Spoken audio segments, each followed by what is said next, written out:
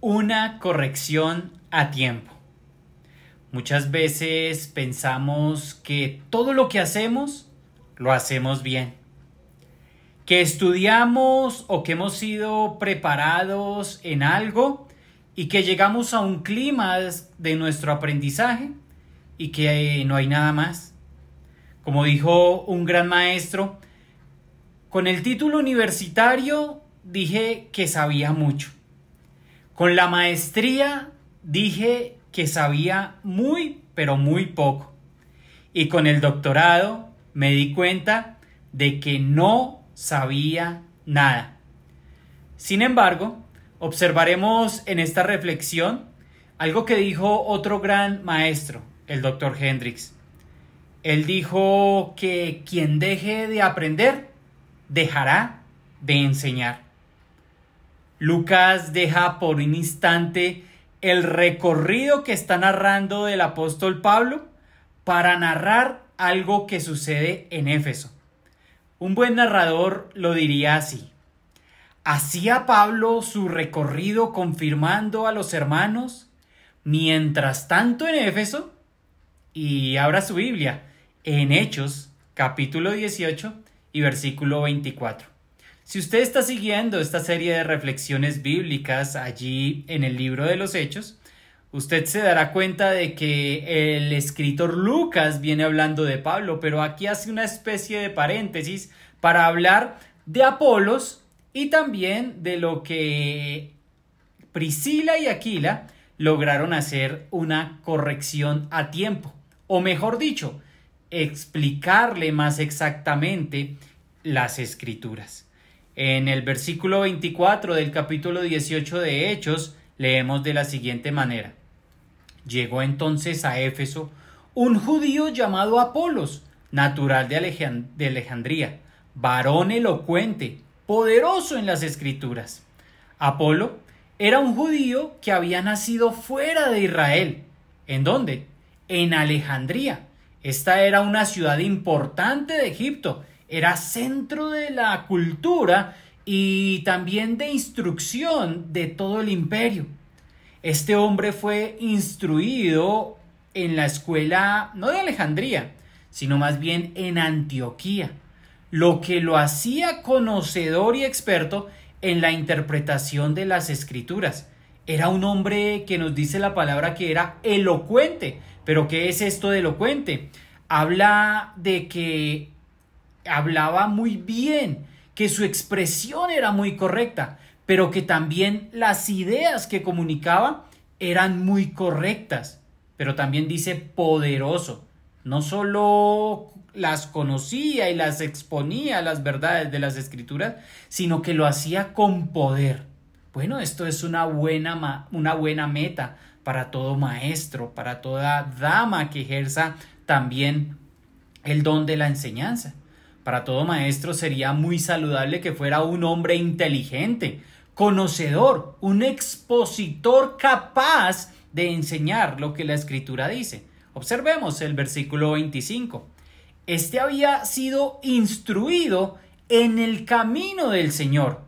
Siendo de espíritu fervoroso, hablaba y enseñaba diligentemente lo concerniente al Señor, aunque solamente conocía el bautismo de Juan. Entonces vemos aquí tres cosas fundamentales que nos dice el versículo. Nos dice que conocía al Señor como Mesías. Creía que incluso la salvación era por fe en Él. Es decir, dice la palabra, conocía el camino de salvación. Pero también era de un espíritu fervoroso. Era ferviente, en otra traducción, alma ardosa. Es decir, predicaba frecuentemente y de manera entusiasta y diligente. Es decir, que cada vez que hablaba lo hacía pero con mucho fervor. Algo por observar también. Aunque este hombre dice la palabra que era instruido en el camino del Señor, que hablaba y enseñaba diligentemente lo concerniente al Señor, pues también dice que solamente conocía el bautismo de Juan. este hombre tenía un pero. ¿Cuál era el pero? Pero tenía un conocimiento no pleno de las verdades esenciales del cristianismo. Es decir, no conocía a plenitud todas las doctrinas del cristianismo. Fuese cual fuese su situación, en realidad es que Apolos tenía una formación incompleta que necesitaba ser actualizada. De allí aprendemos que en la actualidad nos podemos encontrar con dos situaciones incompletas.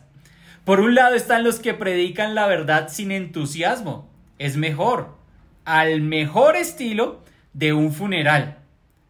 Pero detrás de lo que ellos dicen, las cosas bien hechas y en orden, apelan al silencio, a la pulcritud y son más bien más parecidos a los fariseos que a la inmensa dinámica que vemos en las enseñanzas del Señor Jesucristo.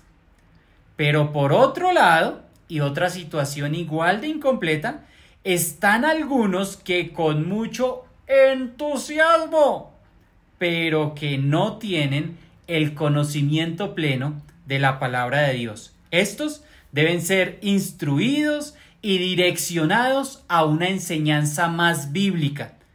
En el caso de Apolos, este hombre desconocía las cosas concernientes al bautismo y por ende otras verdades más de la doctrina cristiana. Observemos el versículo 26. Y comenzó a hablar con denuedo en la sinagoga. Sí, ahí estaba, Apolos predicando en la sinagoga. Pero le oyeron Priscila y Aquila y le tomaron aparte y le expusieron más exactamente el camino de Dios. Este hombre predicaba con denuedo, como ya nos lo había dicho la palabra. Estaba lleno de fervor, con toda liberalidad y libertad. Este hombre no era erróneo, pero sí incompleto. No era erróneo, pero sí habían cosas que reafirmar y añadir. Entre los oyentes estaba Priscila y Aquila. Quizá al finalizar el servicio lo invitaron a su casa y allí, en la intimidad del hogar, el docto Apolos fue instruido por un matrimonio sencillito. Fue instruido sobre la verdad del Evangelio de Cristo. En el relato aparece primero Priscila, porque al parecer ella tomó la iniciativa en exponer más exactamente la doctrina. Al respecto de esto, el doctor Samuel Pérez Millos escribe lo siguiente. Óiganlo bien. La idea de que la mujer no puede enseñar doctrina en ningún lugar y mucho menos a hombre no tiene ninguna base bíblica y es el resultado de prejuicios históricos y no bíblicos. En el verso 3 encontramos, en el verso 26 encontramos tres cosas muy bellas. La primera, la prudencia y la sabiduría. Este matrimonio le tomó aparte, no lo hizo público, ellos le toman aparte. Y a manera de aplicación a nuestras vidas, ¿eres prudente cuando haces correcciones? Y si las haces, ¿estás haciéndolo en privado y en amor? Lo segundo muy bello que vemos en este verso es la humildad de Apolos. La humildad de Apolos al acceder a esta corrección, que aunque era un hombre elocuente y docto, aceptó la corrección.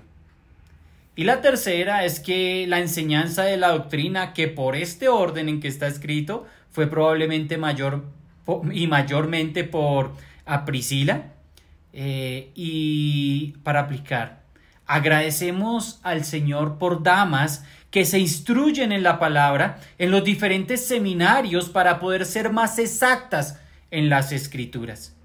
Creo que Apolos, después de haber llegado un tiempo a la casa de ese sencillo matrimonio de Aquila y Priscila, llegó esta guía del versículo 27 para su vida.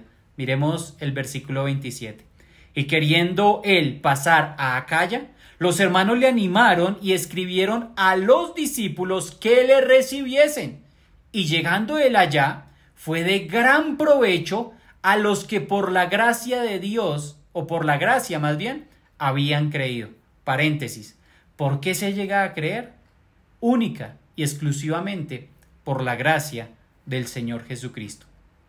Pero hablemos de Apolos. Apolos ahora quiere pasar a Acaya. ¿Recordamos qué ciudad estaba allí en Acaya?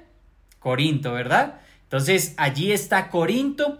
Los hermanos de Éfeso le dieron una carta de recomendación para que le recibiesen, para que recibiesen a Apolos. Y allí fue de tanto provecho a los hermanos.